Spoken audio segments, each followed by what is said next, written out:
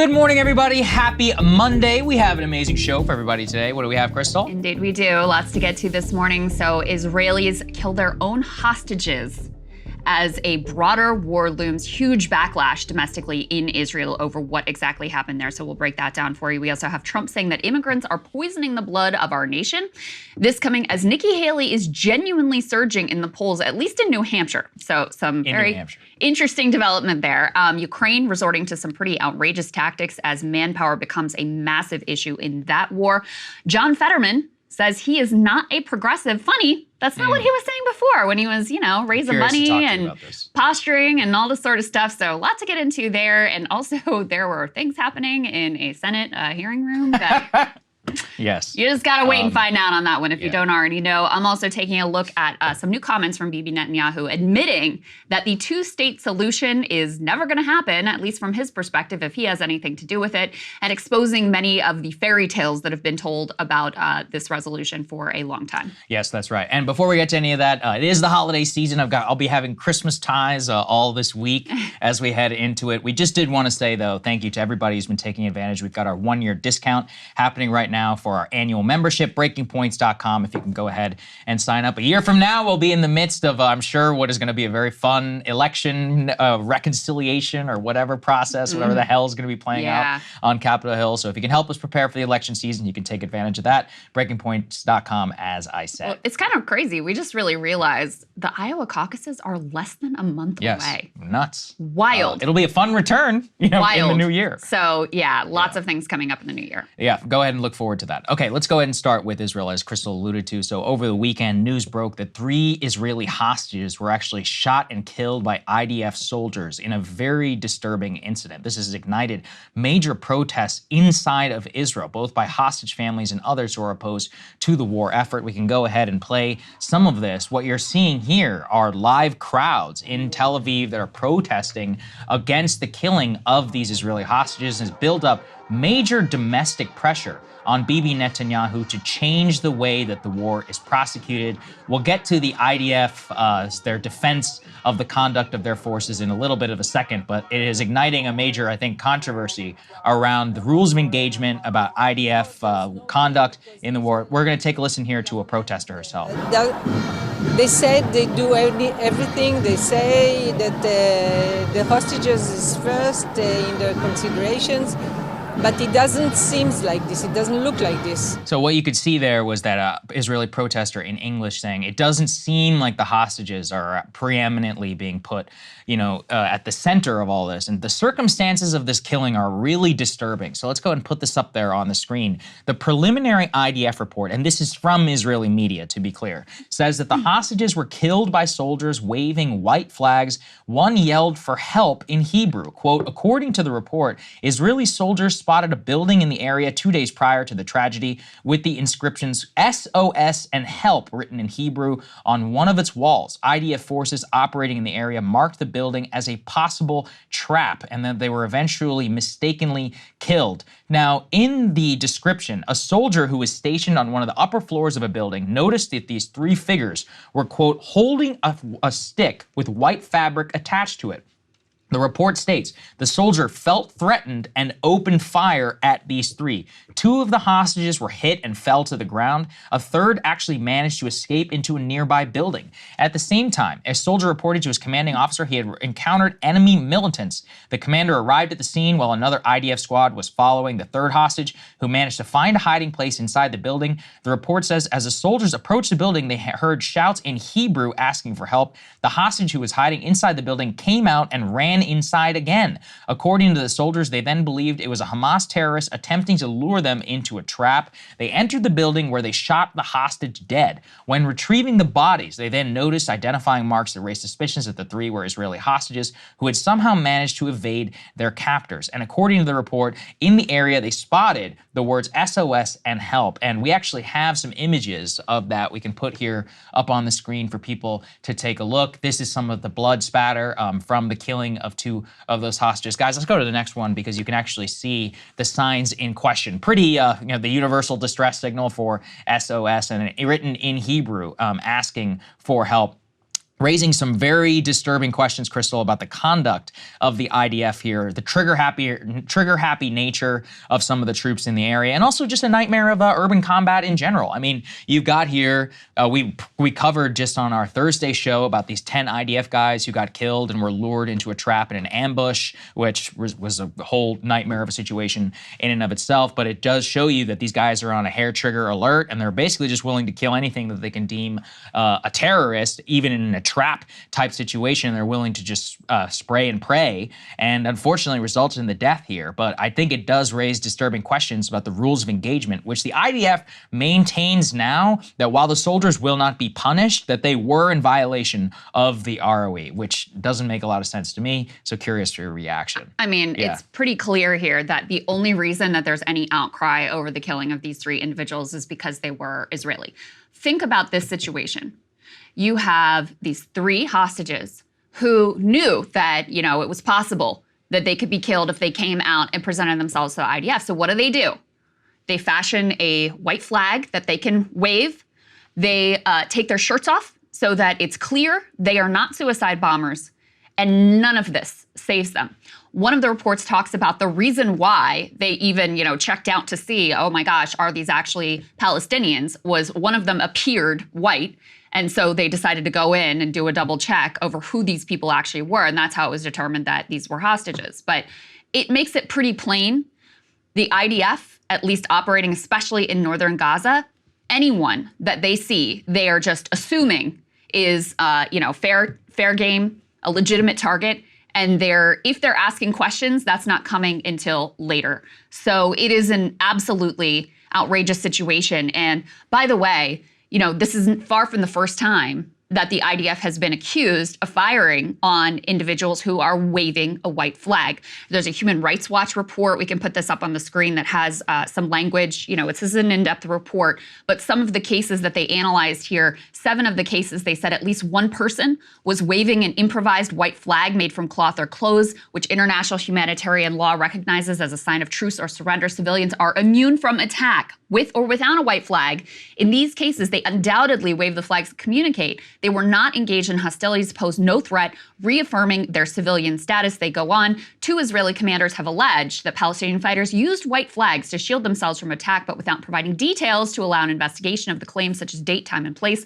One colonel told the media that his soldiers had seen Hamas fighters move between houses while holding white flags. A second colonel said his soldiers had seen a Hamas fighter hide behind a woman with a white flag and a group of children. It is impossible to understand what threat they thought these hostages posed when they clearly did not have suicide vests on. They could have used that as an excuse if they had shirts on, but their shirts were off and they're waving a white flag. What in the world did you think that the risk was here? And Saagar, I think you are right to point out the fact that they're saying, oh, this was against the rules of engagement, but they're not punishing these soldiers.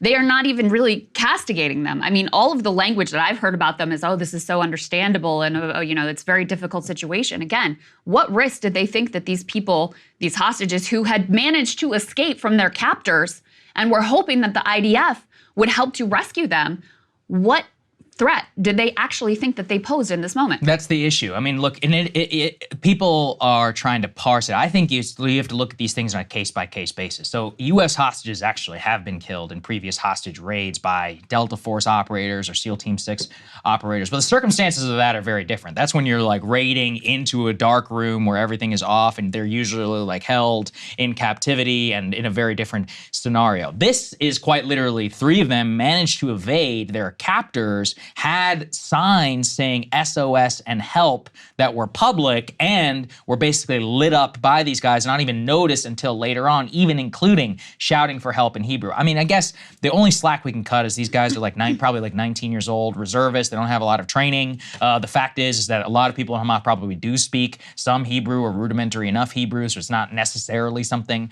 that you could cut out. But, the SOS flag, at the very least, you should probably pause and just wait and see what's happening here as long as you're maintaining some sort of distance. This is not me saying, this is according to some people I've spoken to who have experience in hostage rescue, and they were specifically castigating them based on these circumstances. They're like, it's not unheard of to have hostages killed in a hostage rescue mission, but this demonstrates just really a lack of discipline within the IDF itself. Yes, one other thing that I want to mention here with regard to the protests and the domestic backlash. Bibi has come out since this incident and said, quote, military pressure is essential, both for returning the hostages and achieving victory over our enemies. That is the polar opposite of what many hostage families have been saying, which is common sense.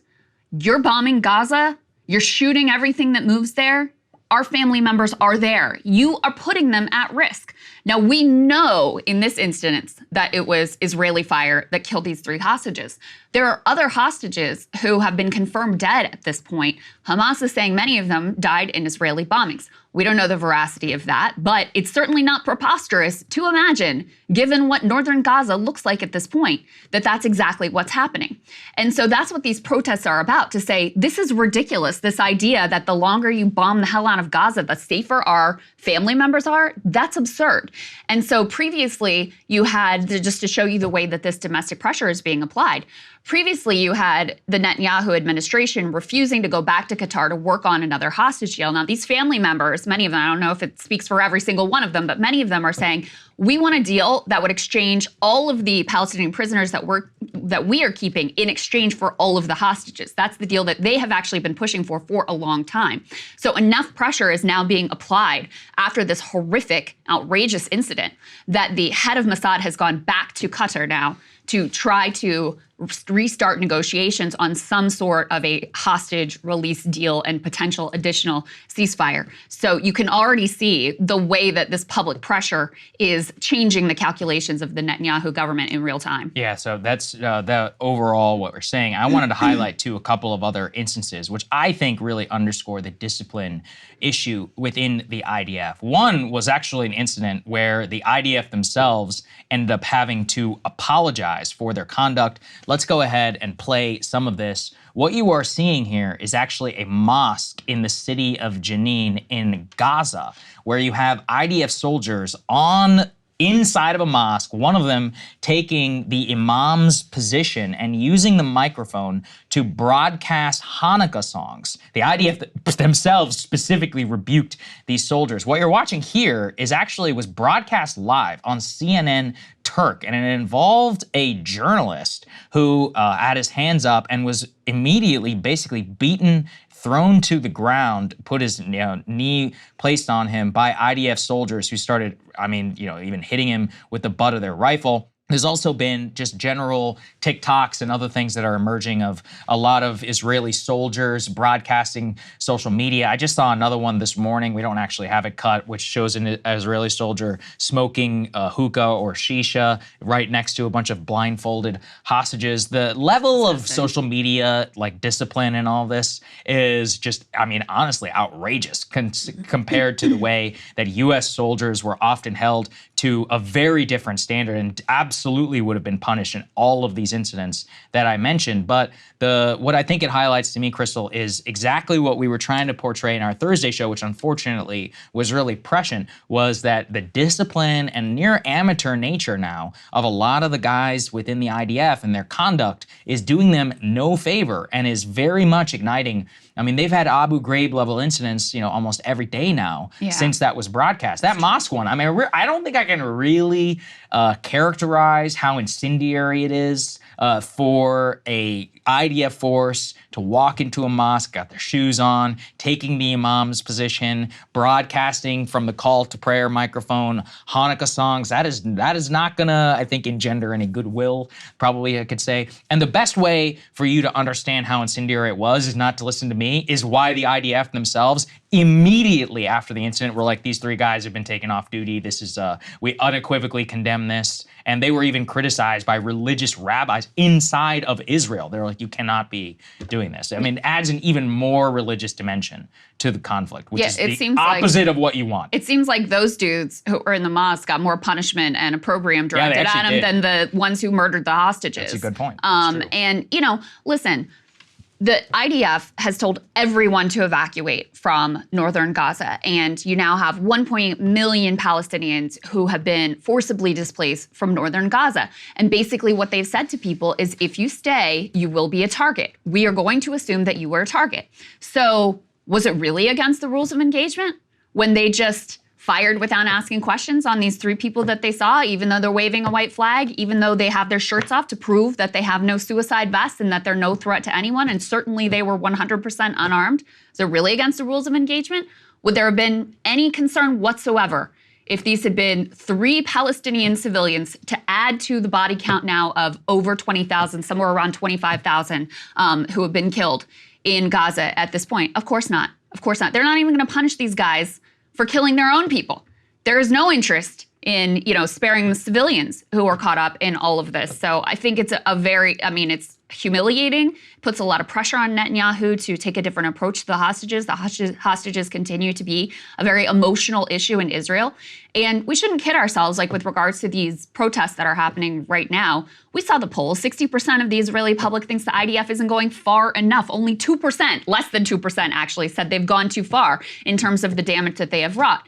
But this hostage situation is the one thing that could apply domestic pressure to Bibi to take somewhat of a different course and put at least the hostages' lives first and foremost. So we'll see how this all plays out. We certainly will. U.S. policymakers have reignited their push to try and get the Israelis to change their course of action, although the Israelis certainly kind of threw it back in their face. Here you have the defense minister basically openly rebutting National Security Advisor Jake Sullivan on camera after a meeting in which Sullivan told them, you need to wrap up this war effort by the end, or the major operations by the end of the year. Gallant openly in English in front of him, you can kind of see his soul leave his body, saying, yeah, that's not going to happen. Take a listen. So thank you for being side by side with us in this effort.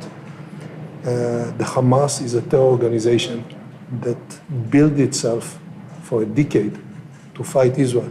And they built infrastructure under the ground and on the ground. And it is not easy to destroy them. It will take and require a long period of time. It will last more than several months. But we will win and we will destroy them. So thank you once again for coming to Israel, for helping us, and for supporting us. So yeah, he said several months. Like I said, you can literally see the life leave Jake Sullivan's body as he said that. It also comes on the heels of Defense Minister Lloyd Austin. He arrived in Tel Aviv actually this morning. Let's go ahead and put that up on the screen, and I have a little bit more that I can add to this. Austin, quote, returns to Israel with a tougher message and lessons learned. The defense secretary is stressing the Biden administration's support for Israel, but concerns about the rising Palestinian death toll. After he stepped off the plane, his message was blunt. Mr. Austin reiterated the strategic defeat that would leave the country less secure if it does not do more to protect civilians. And he is emphasizing early U.S. efforts to target the Taliban and insurgents in Afghanistan in 2004, and basically the cautionary tale that if you take your eye off the ball, you can go to a variety of different ways, that if you will end up in a situation in the same way the U.S. did, with having to do a surge in Iraq and Afghanistan and eventually actually failing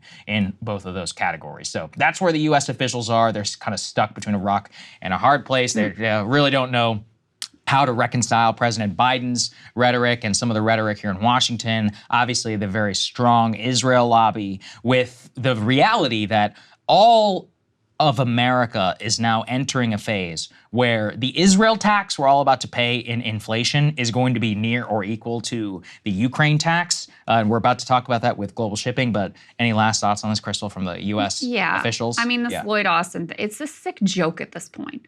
I really want to go back. Adam Johnson has actually been doing some of this and look at all of the times that we're worried about civilians. Oh, you need to wrap it up. Oh, we need to know more about the day after. We're having hard discussions behind the scenes, et cetera, et cetera.